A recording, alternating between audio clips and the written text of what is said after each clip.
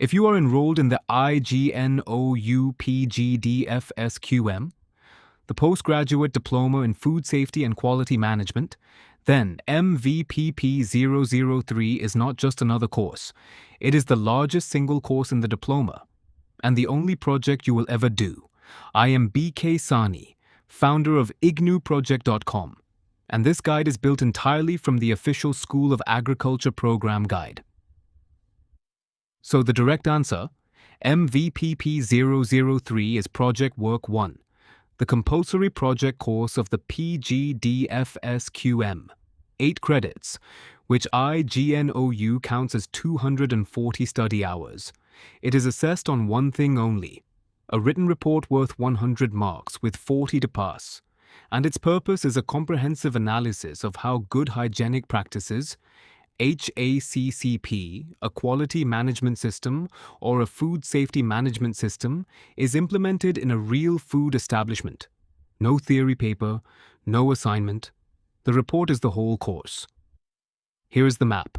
First, the topic and the approach. Second, the synopsis from draft to approval number. Third, the report and the very specific way it reaches your regional center.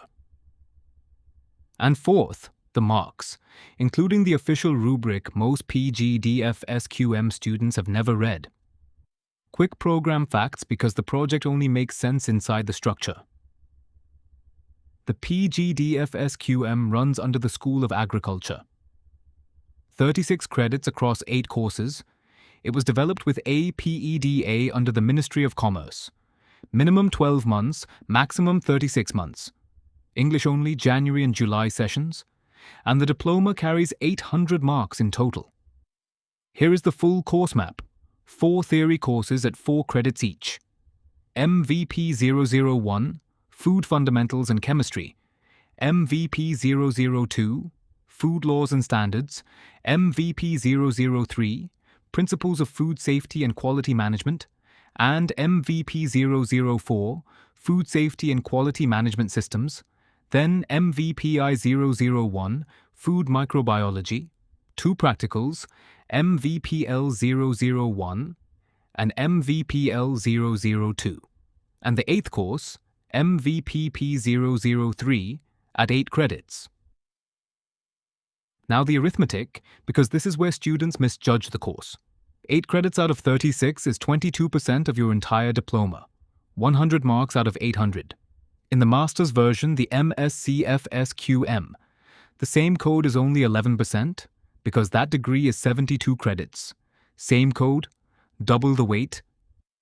And here is why that matters. You must secure 40% in every course individually and 40% on aggregate. There is no averaging past a failed project. This course has no assignment and no term-end paper to soften a weak score. And re-evaluation is not permitted for projects at IGNOU. A rejected synopsis or a returned report is the most common reason a student finishes the theory but never receives the diploma. Let me clear a confusion that costs real time. MVPP-003 appears in 2 IGNOU programs. In the PGDFSQM, it is 8 of 36 credits and the only project you do. In the MSCFSQM, it is 8 of 72, sitting beside MVPP-002, the 16-credit dissertation, and MVPP-004. 2 different guides. Our full MSCFSQM video is linked in the description. Start with the official objective, word for word. To develop your capability for a comprehensive analysis of the implementation of good hygienic practices, HACCP, a quality management system, or a food safety management system in a food establishment, and to enable you to conduct investigation in a systematic way. The guide's own phrase for this is action-oriented research. The key word is implementation, not description. You are not writing about what HACCP is. You are studying what is happening on somebody's floor. The guide is equally specific about where you may work. 4 permitted settings. A food manufacturing or processing unit, organized or unorganized. Hospitality, covering hotels, restaurants, canteens, and institutional kitchens, retail including supermarkets and chilled display sections, and street food units and hawkers. A genuinely valid setting here, not a fallback. If your site does not fit one of those four, rethink the topic first. Now the most expensive mistake in this course. The guide states it plainly.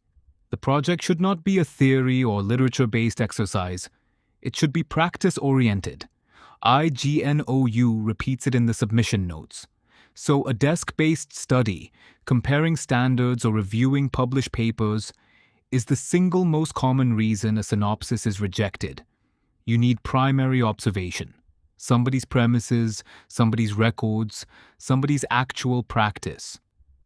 The guide names only 3 recognized project types: a comprehensive case study, meaning problem formulation, analysis, and recommendations for one establishment; a comparison of practices, which can be validation of theory or a survey of quality management practices, or a field study built on data you collect yourself; and one instruction students ignore.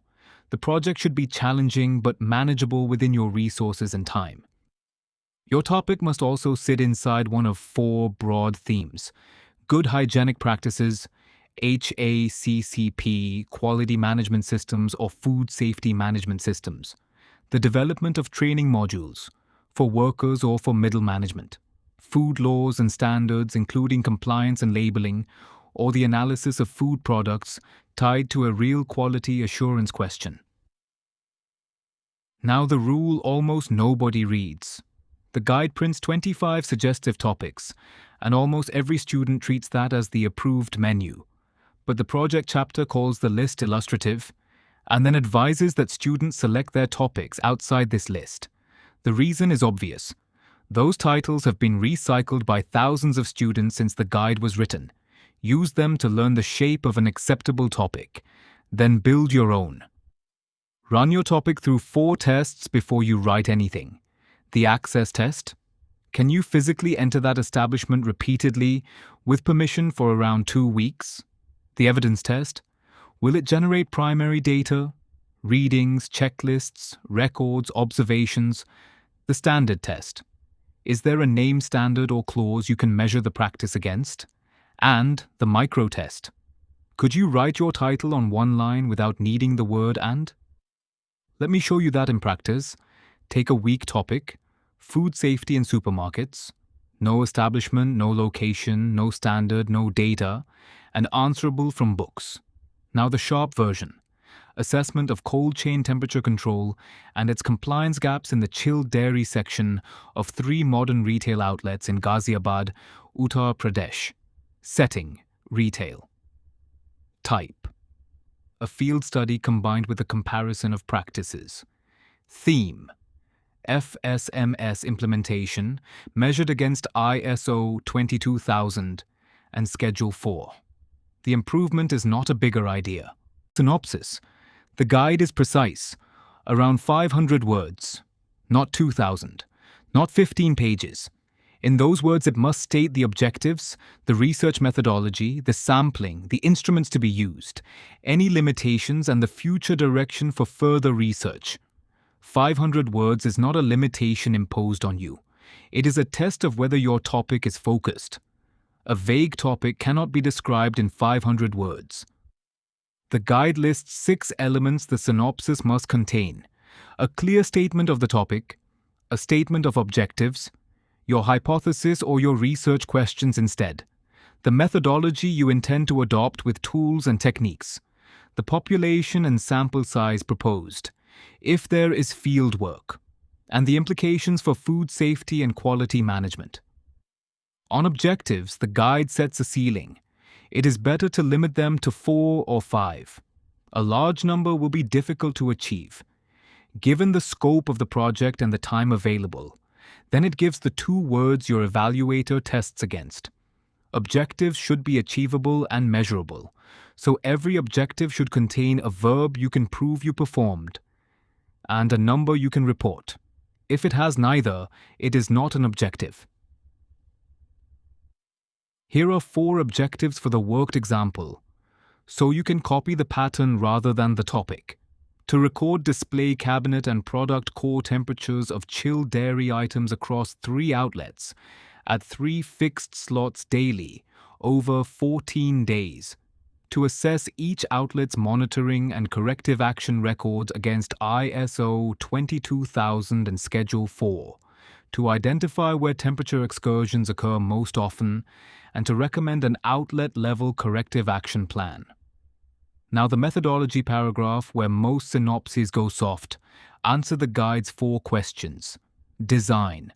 A 14-day observational field study across 3 purposively selected retail outlets. Sampling. 3 outlets, the chilled dairy cabinet in each. Readings at opening, midday and closing, giving 126 observation points. Tools.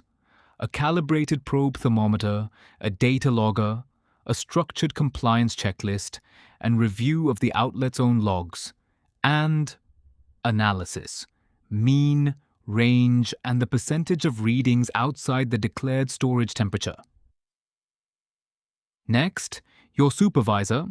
The guide names 3 eligible categories: faculty at the headquarters, meaning the School of Agriculture, academic counselors of the Food Safety and Quality Management Program having relevant experience, and a teacher in agriculture with 5 years of postgraduate teaching experience in related disciplines, or a professional holding a master's degree in food technology, or an allied discipline with a minimum of 5 years of relevant experience. In exceptional cases, a BE degree with 5 years of relevant experience may also be approved. Now, a correction worth making carefully. Several sites reduce this to 1 line. An M.Sc or Ph.D. in food science with 5 years of experience. That is not what the guide says. The 5-year condition attaches to the teacher or professional route, and that route requires a master's in food technology or an allied discipline. You will also read that a guide may supervise only 5 IGNOU learners. For this course, the cap is 6 students at any given point of time, and a complete signed biodata with office address and phone must accompany the proposal. So what goes into the envelope? 3 documents. The proforma for approval of project proposal, signed by both you and your supervisor. The detailed biodata of the supervisor, signed, with full office address and phone numbers. And the synopsis itself. The guide is blunt about skipping the second one. Synopsis proposals not accompanying a complete and signed biodata will not be considered for approval, not delayed, not considered. Where does it go? Write MVPP-003 prominently on the envelope and address it to your concerned regional center only, not the school, not Maidangari, not your program study center. The regional center allots your project synopsis number and communicates approval in writing, and on timing, 1 sentence overrules almost every deadline table online. Project synopsis can be submitted throughout the year. What if it is not approved? The regional center communicates the comments for reformulating the project. Your revised submission must include the revised synopsis, a revised proforma, and a copy of the rejected synopsis and proforma bearing the evaluator's comments and the PP number. And if the supervisor is not acceptable, or you simply want to change supervisors, you must submit the proposal afresh on a new proforma. It is considered a new proposal, so changing your guide resets the clock. Now something the guide provides that almost nobody uses. An official plan for all 240 hours, 64 hours or 8 days, to identify the project and finalize the proposal, 112 hours or 14 days conducting the work in the field, and 64 hours or 8 days analyzing results and writing the report. Fieldwork is almost half the course, so a single afternoon visit does not match the syllabus, and 30 working days is not 30 calendar days. Here is the official structure, 9 components in this order. Introduction, objectives, review of literature, methodology containing design, sampling, tools and techniques, and processing and analyzing data, analyses and findings with your interpretation, suggestions and action line, conclusions, bibliography and appendices, and ninth, the approved project proposal, a full component in its own right. Use these 9 as your chapter spine, not a generic 6-chapter template. Let me pull out component 6 because this is where reports quietly lose marks. Suggestions and action line. The guide asks that recommendations, suggestions and action line, with the people who are to perform them, be specified. So instead of writing that temperature monitoring should be improved, you write that the shift supervisor records cabinet temperature at 3 fixed times daily on a printed log, and the store quality officer verifies and signs that log weekly. Naming the role that must act is what turns a student report into an audit grade recommendation. How long should it be? About 80 to 100 double-spaced typed pages, excluding appendices and exhibits, with 10% variation permissible. 2 things are commonly misquoted. The count excludes appendices, so questionnaires and raw data tables do not help you reach 80 pages. And there is no official word count. Any word figure you see online is somebody's estimate. 2 enclosures are compulsory: a copy of the approved project synopsis pro forma, with the synopsis and the biodata of your guide, bound into the report in original, and a certificate of originality, signed by both the student and the supervisor. The guide states the consequence directly. If any project report is received in the absence of these, the same will be returned to the student for compliance, which can cost you an entire term-end cycle. Because students so often retype this wrongly, here is the official wording. This is to certify that the project titled, and then your title, is an original work of the student and is being submitted in partial fulfillment for the award of the PG Diploma in Food Safety and Quality Management of Indira Gandhi National Open University. This report has not been submitted earlier either to this university or to any other university or institution. Below it, signature of supervisor and signature of student, each with place and date. The submission mechanics are unusually specific. 1 typed copy, in original, not a photocopy. A4 size, 29 by 20 centimeters, double-spaced in a bound volume.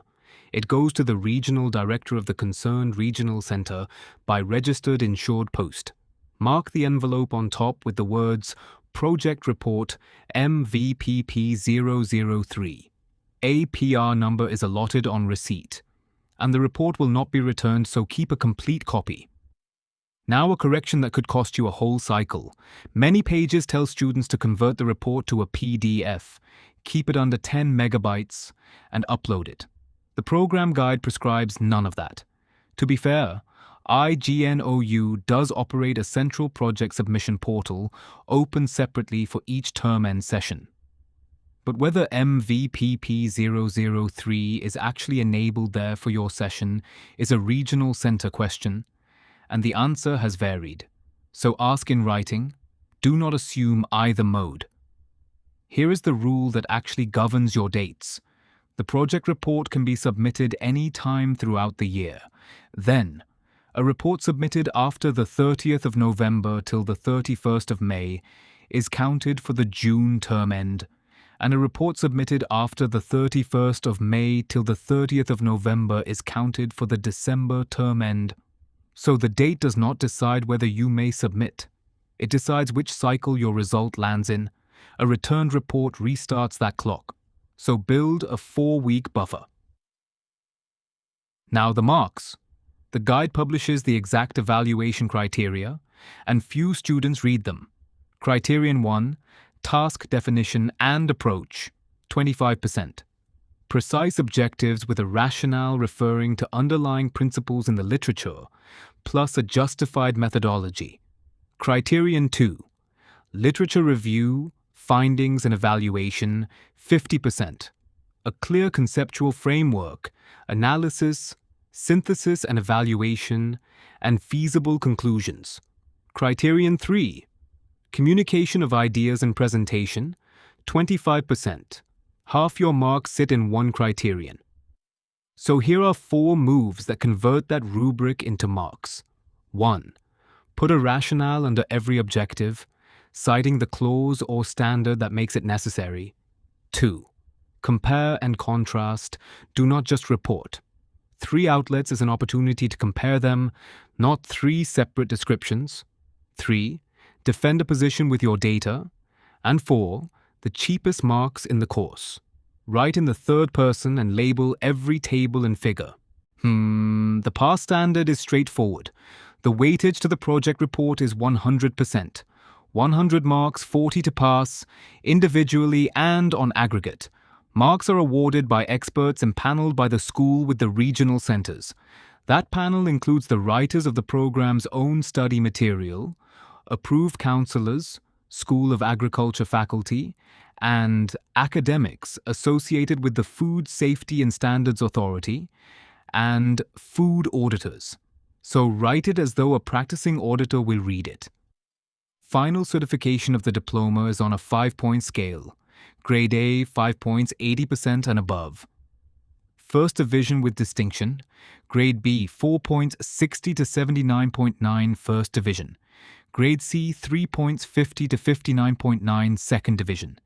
Grade D, 2 points, 40 to 49.9 a pass. And Grade E, below 40% a fail. Because this course carries 100 of the 800 marks, your project grade visibly moves where you land. And one limitation to know before you post. IGNOU's re-evaluation facility is not permissible for projects, practicals, assignments, and seminars. Early declaration of results does not apply either. So the only version of your report that will ever be marked is the one you put in the envelope. No appeal. No second reading. Which is the strongest argument for a slow proofread and an unhurried check of every signature. Let me consolidate the failure modes because everyone is preventable. A theory or literature-based proposal, supervisor biodata missing or unsigned, a topic lifted straight from the official 25, more than 5 objectives, the approved performer and synopsis not bound into the report, the certificate of originality unsigned, the report sent to the school instead of your regional center, the envelope not marked correctly, findings that describe rather than analyze, first-person style, and submitting a few days late. So, is it worth it? My honest answer is yes, and unusually so, because of what this course forces you to do. Most distance learning projects can be completed from a desk. This one cannot. It requires you to enter a real food establishment, observe a real system, measure it against a named standard, and write recommendations naming the roles who must act. That is structurally what a food safety audit is. You finish the diploma having conducted a small one. On career and scope, I will stay with what the guide states, rather than invent salary figures. The official job opportunities section names 4 routes: quality control officer or quality assurance professional in food, hospitality and retail industries and in laboratories, food safety officer in the regulatory bodies, food auditor in certification and inspection bodies, and trainer or counselor in food safety and quality management systems. Notice how directly your project maps onto Route 3. And one more decision waits at the end of this diploma. The 2 programs are deliberately modular. Stop at the diploma and you have 36 credits. 1 year minimum, 1 project aimed at quality assurance, auditing and food safety officer track roles. Continue. And the MSCFSQM is 72 credits, with your diploma becoming its first year through lateral entry. On that route, you would then do MVPP-002, the 16-credit dissertation, and MVPP-004. Let me finish with the question students actually ask. Is there a Viva voce for MVPP-003? The guide gives the report 100% of the marks and prescribes only a project report evaluation form. One sentence does mention Viva voce, but no marks and no form are allotted to it. So confirm with your regional center and be prepared either way. How many pages should the report be? About 80 to 100 double-spaced typed pages, excluding appendices. When is the last date to submit the synopsis? There is no session-linked synopsis deadline in this program. The guide states that the project synopsis can be submitted throughout the year. Where do I send it? To your own concerned regional center with MVPP-003 written prominently on the envelope, together with the signed pro forma and the supervisor's signed biodata. Can I pick a topic from the list of 25? You can, but the guide advises against it. It calls that list illustrative and advises students to select their topics outside it. Can I submit the report online? The guide prescribes one bound typed copy by registered insured post to your regional director. IGNOU does open a central project portal per session, but confirm with your regional center whether this course is enabled there. So here is your action plan. 1. Pick one establishment you can genuinely access in one of the 4 permitted settings and confirm permission in writing. 2. Draft a one-line microtopic outside the official 25 and run it through the 4 tests. 3. Get your supervisor's signed biodata before you write the synopsis. 4. Write the 500-word synopsis and post all 3 documents to your regional center. 5. Work backwards from your target date, add 4 weeks of buffer, and book your 14 days of fieldwork. A quick recap in 8 numbers. 8 credits, 240 study hours, 100 marks, 40 to pass, a 500-word synopsis, 4 to 5 measurable objectives, 80 to 100 pages, and the 25, 50, 25 rubric, 1 report, 1 chance. One last note before you act. Always verify 3 things with your own regional center. The current program fee, the exact submission mode open for your session, and whether a Viva is being conducted in your region. IGNOU revises fees, portals, and dates between sessions. Everything here is drawn from the official program guide and project guidelines, but always confirm the current position on ignou.ac.in and the Samarth portal. Shri Chakradhar Education is an independent guidance platform and is not affiliated with IGNOU. If this helped, subscribe, because we publish a complete research-based guide like this for every IGNOU programs project. There are free guides at ignouproject.com, and for personalized help with your synopsis or your report, message us on WhatsApp at 91-935-4637-830. I am BK Sani, founder of Shri Chakradhar Education. Go and pick your establishment this week. All the best with your project.